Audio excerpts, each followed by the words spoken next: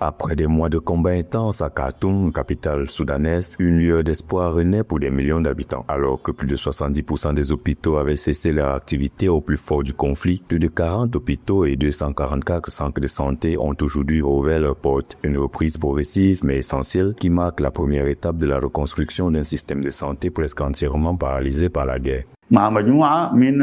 Avec un groupe de collègues, nous faisons du bénévolat à Khartoum depuis avant la guerre. Les jeunes bénévoles ici sont profondément engagés dans leur travail et fournissent des services de santé aux communautés locales malgré la pénurie de médicaments et d'outils de diagnostic. Certains travaillent en dehors de leur domaine de spécialité, allant même jusqu'à rechercher des médicaments et à s'en procurer en dehors de Khartoum.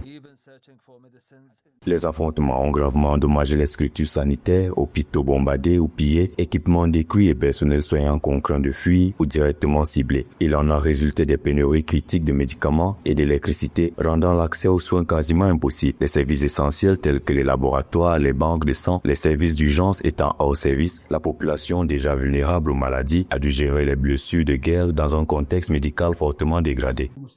Les hôpitaux autour de nous sont des hôpitaux privés et y accéder nécessite beaucoup d'argent, ce qui est très coûteux. Nous voulons réduire ce fardeau pour les gens. Au début, le nombre de patients était de 20, mais il atteint désormais 140.